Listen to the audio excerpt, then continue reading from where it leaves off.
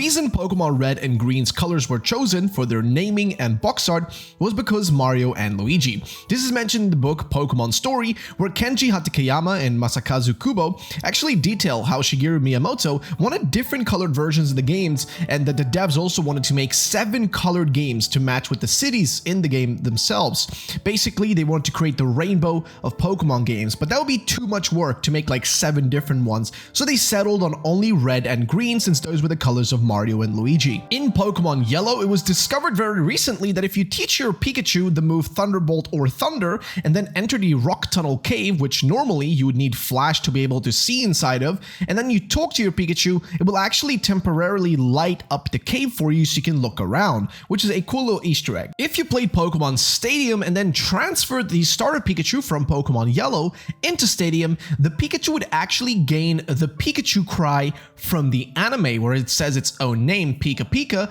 rather than the cry sound from the actual games. Another bonus Easter egg in these games is that you can actually have altered colorations, or almost like shiny versions of the Pokemon, show up in Stadium based on what you nickname them. In Pokemon Gold and Silver, if you leveled up a Pokemon in the same location where you found it and caught it, it will actually gain extra happiness and extra friendship, which is pretty cool, and I wish they would introduce that in future games too. In Japanese Pokemon Crystal, there was a GS ball event for you to get Celebi, which required you to connect your Game Boy using an old school Japanese cell phone device. Basically, you connected the two together and this event could be had. However, this event was also added into the Virtual Console version worldwide on the 3DS, so anyone could do it, but it was really weird how it was done in the original Japanese Crystal, because it seemed kind of nuts and very different and kind of convoluted. In the original Pokemon Snap on the N64, if you unlock the Rainbow Cloud course and successfully snap a picture of Mew for Professor Oak, the game will end and a credit will roll. However, if you play the game again and take a picture of all the 3 or 64 Pokemon in the game, you will get an alternate ending screen that will play your photos and will be shown just like the original credits, but there will be a blurred frame of your original photos also in the back as well. And it's possible to actually miss both of these credit scenes, like vice versa, if you skip over certain things for each. In Pokemon Stadium 2, there's a little Easter egg in the menu where in the background, amongst all the Pokeballs, you can also spot someone that shouldn't be among us. Kinda sus. Well, there is a little Voltorb right there. In Pokemon Ruby and Sapphire, there is a house in Moss Deep, which as a kid I could never enter, which made me wonder what was behind it. Well, turns out to access those rooms, or the room, you needed an e-card reader device, which was for the Game Boy Advance, which when connected would let you read the e-cards that you could get your hands on in different ways back in the day. They were even in Pokemon TCG packs. And if you had some of these cards, which were issued for Pokemon Ruby and Sapphire, if you then scanned them, it would unlock these special battles against different trainers, which normally would never actually happen in the regular game. Then there is Pokemon Box Ruby and Sapphire, which was a weird game on its own since, well, it wasn't really a game, more like the original version of Pokemon Home and Pokemon Bank rather than a fully fledged game on its own. But a fun thing that some may have not known about is that if you deposit a certain amount of Pokemon to the box, you would actually be gifted with different things. If you deposited 0 Pokemon, you would just for free get a Swablu egg. If you deposited 100, it would be a Zigzagoon egg. For 500, it was going to be a Skitty. And if you deposited 1,499 Pokemon, you would get a Pichu egg. Pokemon Colosseum is pretty cool, actually. Here's the thing, there's an Easter egg where basically if you load in and then go back on the intro screen, it will actually change each time and you can get different things there. For example, you can see like the starter Pokemon, you can see some legendaries, you can see like May and Brendan as well. It's a pretty cool little Easter egg that honestly I didn't even know was in the game, but it gives you a lot of different different sorts of actual backgrounds. And honestly, Colosseum is just one of those forgotten games nowadays that just honestly has a lot of little hidden, things that just haven't even been discovered, which most likely we'll never get to see as well. Not a lot of people really play these games anymore. In Pokemon Fire and Leaf Green, you can find a strange cave known as the Altering Cave in the Outcast Island during the Sevi Islands arc of the game. Now, thing is, if you enter the Altering Cave, you would find not much more than Zubats. However, the cave was supposed to be used for real-life Nintendo events as a way to release event-exclusive Johto Pokemon that could only be caught in that cave, but this was later on Pokemon scrapped and we never actually saw that happening. And well, this feature never made light of the day. So basically, it's just like those Zubats, just lost and forgotten in a cave. Pokemon Emerald, to unlock the mystery gift feature, you needed to go to the Pokemon Center in Petalburg and talk to a fella here who would give you the option to give him a phrase. If you gave the phrase "link together with all," which would then actually unlock your ability to use the wireless adapter to scan e-cards in, which would then give you, well, items in the game that were needed to reach certain locations. One of these items, for example, is needed to reach the Birth Island where you can find Deoxys. And to get this item, well, you needed an e-card that you got from a Nintendo event. Pokemon XD Gale of Darkness, you had an extremely convoluted and long side quest which you could do to get your hands on the Lucky Egg, an item which would boost EXP gain on Pokemon which were holding it. However, back in the days of XD Gale of Darkness, the only way to get the egg in games like Fire and Leaf Green was from Chansey in the Safari Zone. However, for XD Gale of Darkness, you needed to do a very long and just complicated side quest and complete the whole game first of all to be able to do this. It's just a long series of things to do and a side quest that most people were not willing to go through for the sake of simply Lucky Egg even after you finish the game. In Pokemon Diamond and Pearl, we have one of the most iconic Easter eggs, which is Diamond Dust. This was added by Junichi Masuda, who was actually one of the main people working on the games, and he decided that, hey, you know what? We're going to be adding in an Easter egg. He added an Easter egg where basically on a specific day of the year, specifically his birthday, there is special snow, diamond dust, that will fall in Snow Point City on that particular day. Pokemon Battle Revolution, if you complete the whole game, you can unlock a rare Pikachu which can serve, but that's not all. You can also get your hands on Electivire and Magmortar if you typed in a secret code, which were then also possible to transfer over to your other main games. Pokemon Platinum had some of the largest amounts of Pokemon Wi-Fi connection events. One of these was for the secret key, which you could actually pick up at the Pokemart, which would then unlock a secret room in Eterna City in the Team Galactic HQ, where you can find a room with 5 items, which will allow you to change the form of your Rotom. And this was just one of the many item distributions. The other ones were the member card and Oak's letter, which you needed for specifically Shaman and of course Darkrai. But there are other ones that also aren't as well known. Since we are on the topic of Wi-Fi connection events, in Pokemon Heart Gold and Soul Silver, if you got these special event legendary beasts,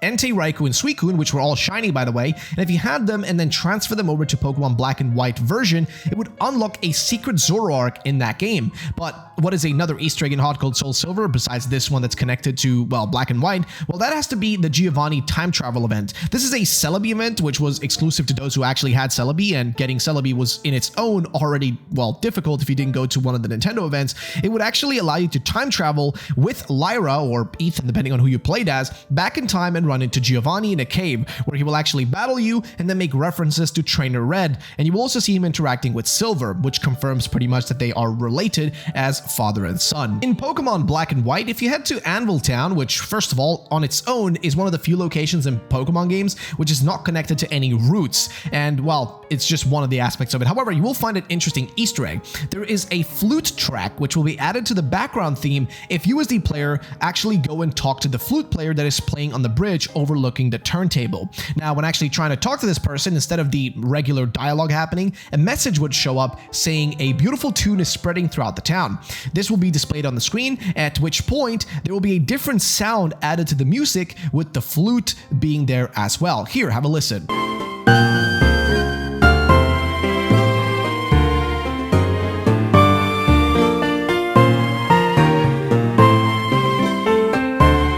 See, that's honestly such a cool little Easter egg. Just adding extra music elements in there is awesome. Pokemon Black 2 and White 2, you can go to the Strange House and uncover a dark secret. Now, if you actually played Black and White, an event where a ghost girl appears on the Marvelous Bridge will actually happen, and this time it shows up again. This time around, though, you have to complete a bit of a side quest. If you walk around the mansion, you will eventually encounter the girl, and you will be able to get your hands on the Lunar Wing. She tells you about it, and the, well, nightmares and dreams she had, and all that kind of stuff. And then if you actually take this Lunar Wing over to the Marvelous Bridge, it will let you encounter Cresselia, which is all connected to the ghost girl. In Pokemon X and Y, we had an amazing reference for what was to come. If you talk to a traveler, who would actually tell you that Kalos is great and all, but have you checked out his region? Well, he then hands you a strange souvenir, which was, well, kind of just odd, but has some ornaments depicting a Pokemon which serves as a protector in a region far from Kalos. Well, this little thing was a reference directly to Alola and the Sun and Moon games, as it seems to show a bit of like a kind of a tiki design, and and a reference to Hawaiian culture. In Pokemon Omega Ruby and Alpha Sapphire, we have the Floatstone Easter egg. Now, if you take the Floatstone from the guy in Mobile City, when you return to him, his model, like his actual character, will have changed, and he seemingly gained a lot of weight because he's no longer like a ace trainer. Now he's a hiker instead, which is quite strange. In Pokemon Sun and Moon, we have two games which had so many Easter eggs and references. I feel like I should do an updated video on them soon for you guys. If you want that, let me know in the comment section down below. But one of the many references in this game has to be to Jurassic Park, as you talk to a man on Akala Island who will say that he's reviving fossil Pokemon to open up his dream park to bring the ancient world back to life. This is really strange because it seems to be a direct reference to, well, Jurassic Park, with him wanting to bring ancient Pokemon back to life. There's also a reference to the Machops from Pokemon Red and Blue from Vermilion City that were working and building some kind of thing in the city, like some sort of building, a gym, something like that. Well, you can find a Machamp seemingly doing the same kind of structure in Alola as well as you walk around. In Pokemon Go, if you make a brand new account, you will be faced with 3 starter Pokemon from Kanto, that being Charmander, Bulbasaur, and Squirtle. However, if you ignore the 3 of them and intentionally try not to capture any of them and just ignore them and walk away from them, eventually a Pikachu will spawn, as it actually is one of the Kanto starters, because technically there's 4 of them and not just 3, but, well, the original 3 were the real ones, since it was a starter Pokemon in Yellow, and of course was Ash's starter Pokemon as well. And in Pokemon Ultra Sun and Ultra Moon, you can find 2 people talking about and making a reference to the GS ball from the anime, which we never got any further attention to or anything whatsoever. Actually, we only get to hear about it Alola again, which also makes sense because the GS ball was introduced in the Orange Islands, which on their own were already kind of based on, more or less, a mix of Japanese islands and Hawaii, of course, so having the GS ball mentioned once more in Alola fits perfectly. In Pokemon Let's Go Pikachu and Let's Go Eevee, there is 2 references which are really cool. One is right after you beat Lieutenant Surge, he will hand you an autograph, which is, funny enough, the same one from your room in Pokemon Ultra Sun and Moon, which is really strange. Another one is actually a reference inside of the Silphco building, where you can find tons of different paintings all around the building, which are references to different regions and locations, such as Mount Coronet, Spear Pillar, and even the Bell Tower from Johto. In Pokemon Sword and Shield, on the back of every gym leader, there is actually a number, which is on their jerseys, and these numbers in Japanese actually create little puns because the numbers actually translate into words as well. For example, in the case of Milo's 831 numbers, they translate to the word veggie, which makes sense given his favorite typing is grass type and he likes, well, farming. In Pokemon BDSP, when you go into the Ramanas Park, you need to get different slates to catch their legendaries because they will unlock the locations where they are. However, the interesting part is that they're actually is a really weird thing about the slates. They actually look like old school Game Boy Color, and Game Boy Advanced cartridges, which is really awesome as a callback and reference to the original games. And also, Diamond and Pearl, technically back in the day, were the first DS games, and they kind of, well, they began the end of the Game Boy era and the start of the DS era for Pokemon. In New Pokemon Snap, there is a cool reference to the Pokemon Emerald sprite of Ho-Oh. If you reach the Fireflow Volcano level 3, Ho-Oh will show up and spread its wings over its head in a similar pose to that of the Emerald sprite. In Pokemon Legends Arceus, if you reach the Diamond Clan inside of their tent, you can actually find 2 portraits, or actually more like 3 of them. There seem to be some sort of reference on one side to Maxie from Team Magma, the other side Archie from Team Aqua, as well as Alder, the old champion of Unova. Now, these could either be their ancestors of sorts, because, well, all of Legends Arceus has ancestors because it's set in the past, or even possibly versions of these characters, like actually really these guys from the future, but that they time traveled just like we the player also did back in time to Hisui. And as for Scarlet and Violet, we have the reference to the old menu sprites from Pokemon Red and Blue, which can be found in Alfrenada on the walls of the observatory, which make a direct reference to the original sprite and pixel art.